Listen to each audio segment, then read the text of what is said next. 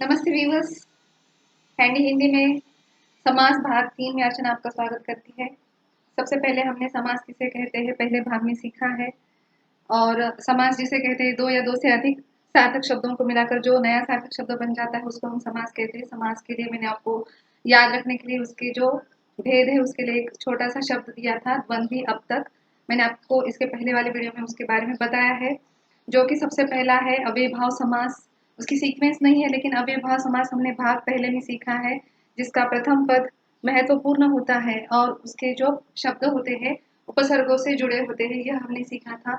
दूसरा भाग हमारा जो था उसको हम तत्पुरुष समास के नाम से जानते हैं। तत्पुरुष समास की खासियत क्या थी, उसमें जो कारक चिन्ह है, कारक चिन्ह का लोप होता था, यह हमने सीखा था। और उसके साथ उनके 6 भेद भी सीखे थे। कौन से सीखे थे? कर्म कारक, तत्पुरुष, करण, संप्रदान, अपादान, संबंध और अधिकरण, यह हमने सीखा था।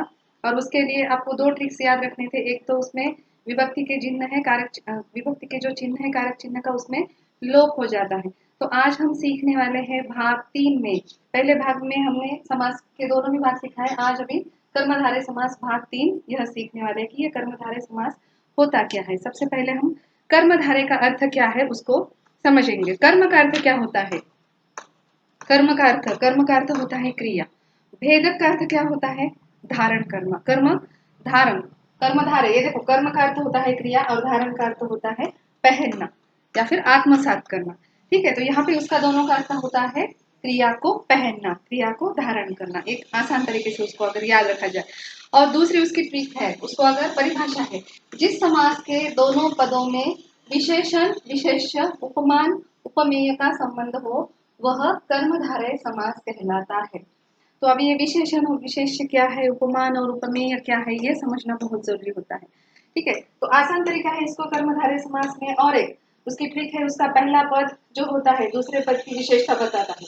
हमेशा उसका पहला पद जो प्रथम पद है उसको द्वितीय पद की हमेशा विशेषता बताता है। और एक दूसरी बात है, उसमें जो विग्रह होता है, तो विग्रह में है जो या के समान, ये दो ही शब्द उसमें आ जाते हैं। जब आप समस्त पद के विग्रह करते हो तो उसमें है जो और के समान, यह दो शब्द उसमें आ जाते हैं।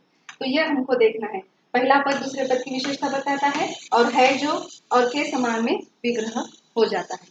तो समास के जो दोनों पद है, प्रथम पद और उत्तर पद, जो दोनों पदों के क्या हो जाते हैं इसमें? विशेषण, विशेष्य, उपमान और उपमेय से संबंध दर्शाता है। तो विशेषण किसे कहते हैं और विशेष्य किसे कहते हैं, यह पहले समझना बहुत जरूरी है। ठीक है, ये विशेषण है। विशेषण किसे कहते हैं? जो विशेष्य होती है, विशेषण जो होता है संज्ञा या सर्वनाम की विशेषता बताने का, विशेषता का बोध कराने वाले शब्दों को विशेषण कहलाते हैं। या फिर आसान तरीके में हम ऐसे भी बोल सकते हैं, संज्ञा या सर्वनाम की विशेषता बताने वाले शब्द को हम विशेषण कहते हैं और विशेषण की विशेषता बताने वाले शब्द को विशेष्य कहते हैं। ये भी हो सकता है। और उसके साथ विशेषण का हो गया है विशेषण, जो होता है जिस संज्ञा के सर्वनाम की विशेषता, मतलब जो शब्द होता है उसकी जो विशेषता बताई जाती है उसे विशेष्य कहते हैं। तो ये विशेषण और विशेष्य पहले जानना जरूरी होता है। दूसरा है उपमेय और उपमान। मैं इसका उदाहरण भी आपको दे दूंगी क्या होगा। जिसके संबंध में बात की जाए या उसको किसी अन्य के समान बताया जाए वह उपमेय होता है। क्या है? जिसके संबंध में बात की जाए। उपमेय किसे कहते हैं? जिसके संबंध में बात की जाए या उसको किसी अन्य के समान बताया जाए वह उपमेय होता है। और उपमेय क्या होता है? जो उपमेय की समानता किसी प्रसिद्ध वस्तु या व्यक्ति से की जाए उसे उपमान कहा जाता है। उपमान और उपमेय में आपको क्या होना है, प्रॉपर्ली याद रखना है उसको क्या कहते हैं।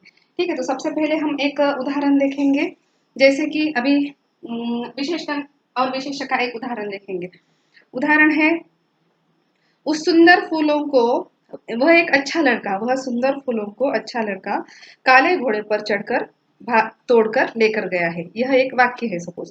तो उसमें जो सुंदर है, सुंदर और फूल, सुंदर क्या है? विशेषण है। और फूल क्या है? किसकी विशेषता बता रहा है? वो सुंदरता का कौन विशेषता बता रहा है? फूल विशेषता बता रहा है। तो विशेष्य कौन है? फूल है उसी में। और अच्छा लड़का, ये दोनों भी है उसमें आए थे। अच्छा कौन है? विशेषण है। कौन है अच्छा? विशेष्य कौन है? लड़का, लड़के के बारे में बताया जा रहा है। ठीक है, उसी में। और काला घोड़ा ये भी होता है, काला उसका विशेषण है और घोड़ा उसकी विशेषता बताता है ना, विशेष्य बताता है। यह उसमें अंतर है। और वैसे ही उपमेय और उपमान के बारे में भी हम देखेंगे। उसके लिए भी एक उदाहरण है, जैसे कि उपमेय का एक उदाहरण है, चांद सा एक खूबसूरत चेहरा या फिर चांद सा सुंदर मुख। चांद सा सुंदर मुख होता है या फिर चांद सा खूबसूरत चेहरा होता है। तो चांद सा जो हो जाएगा, चांद सा सुंदर होता है, वह क्या होगा? उपमेय होगा। और उपमान क्या होगा? चांद होगा। खूबसूरत मतलब सुंदर उपमेय होगा और चांद उपमान होगा। यह हमको याद रखना है। उपमेय और उपमान की जो खासियत है वह याद रखनी है। सबसे पहले उसकी जो परिभाषा है वो याद रखेंगे। जिसके संबंध में बात की जाए या उसको किसी अन्य के समान बताया जाए वह उपमेय है। और उपमेय की समानता किसी प्रसिद्ध वस्तु या व्यक्ति से की जाए उसे उपमान कहा जाता है। ये याद रखना है। विशेषण की भी। और उससे जुड़े अभी हम क्या करेंगे? समस्त पद और विग्रह सुलझाएंगे।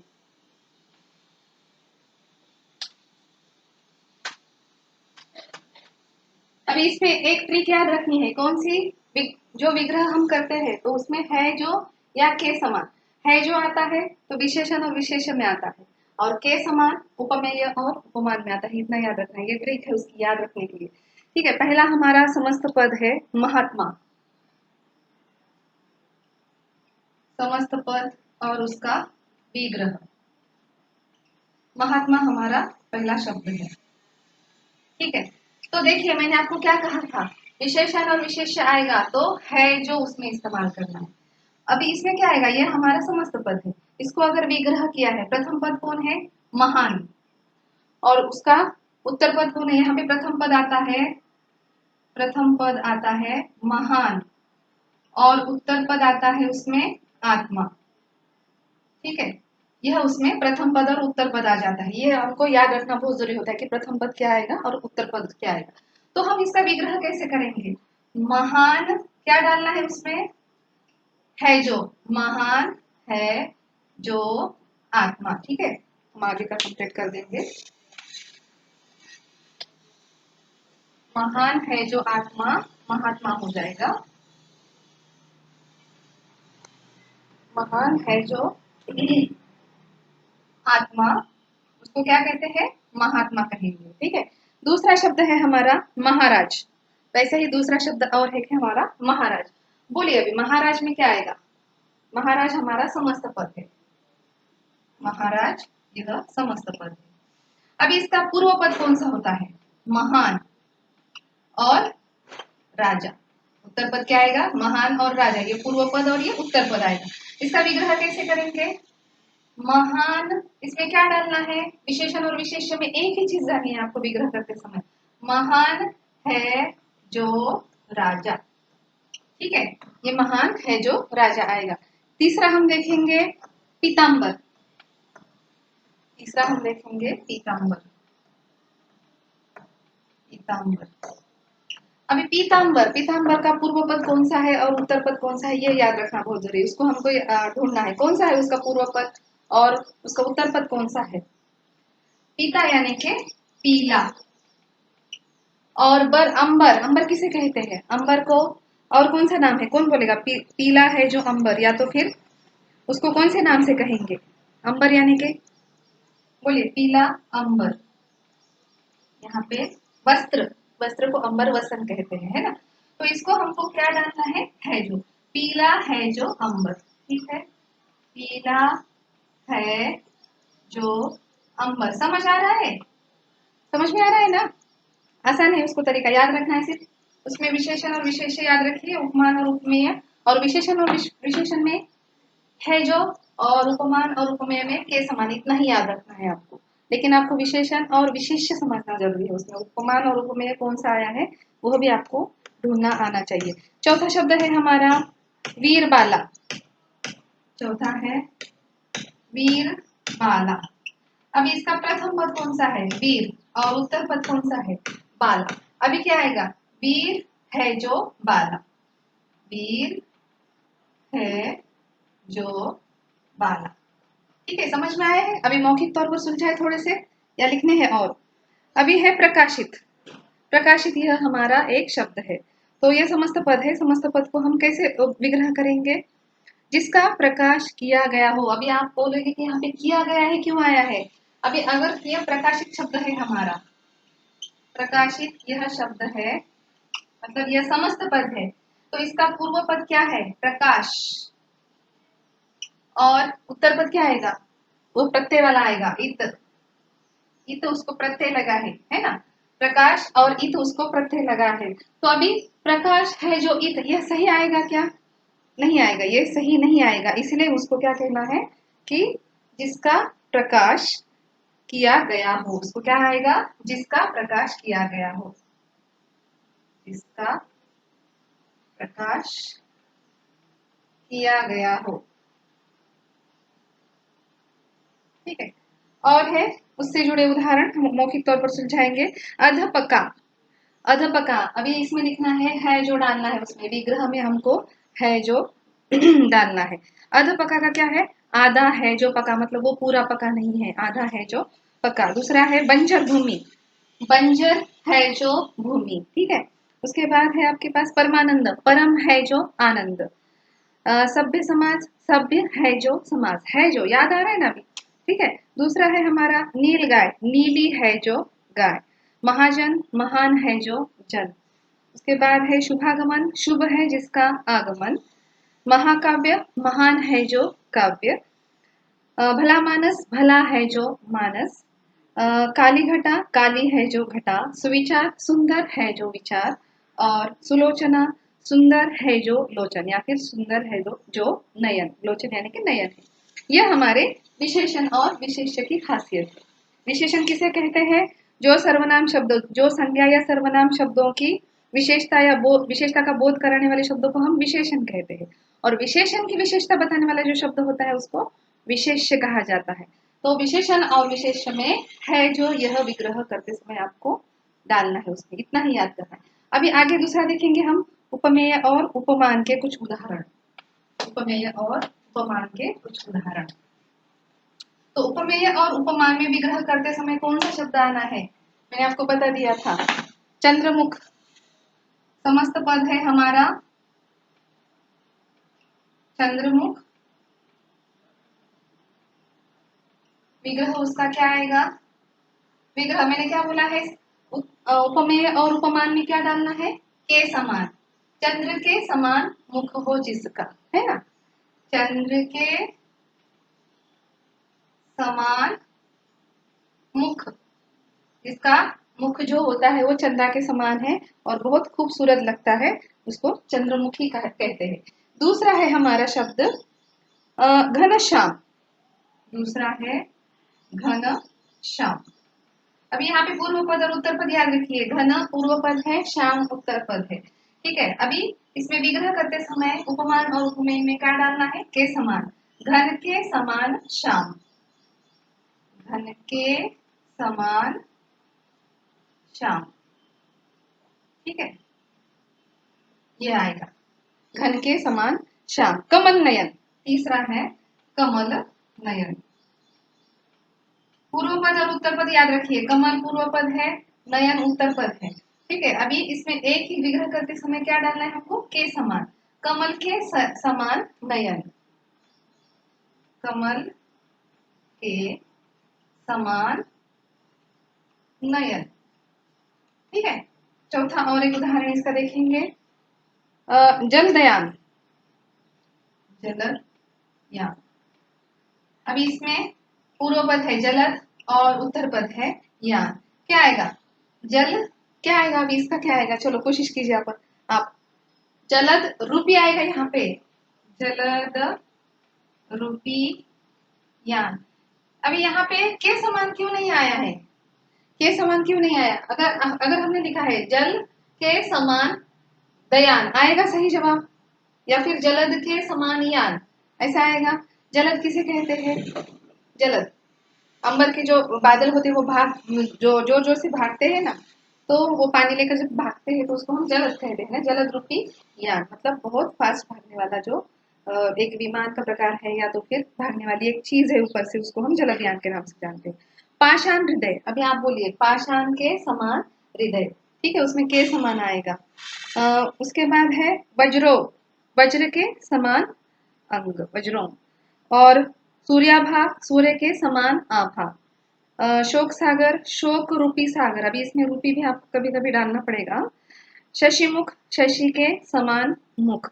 मृगलोचन, मृग के समान लोचन, जिसके हिरण के समान लोचन होते हैं उसको मृगलोचन के नाम से भी जाना जाता है। आगे है कनकलता, कनक के समान लता, सोने की जैसी लता है उसको कनक लता भी कहते हैं। चरण कमल, कमल के समान है चरण, या फिर उसको क्या कहेंगे हम, कमल के समान चरण। चरण किस कौन से भगवान कहते हैं इसे, कमल के समान चरण?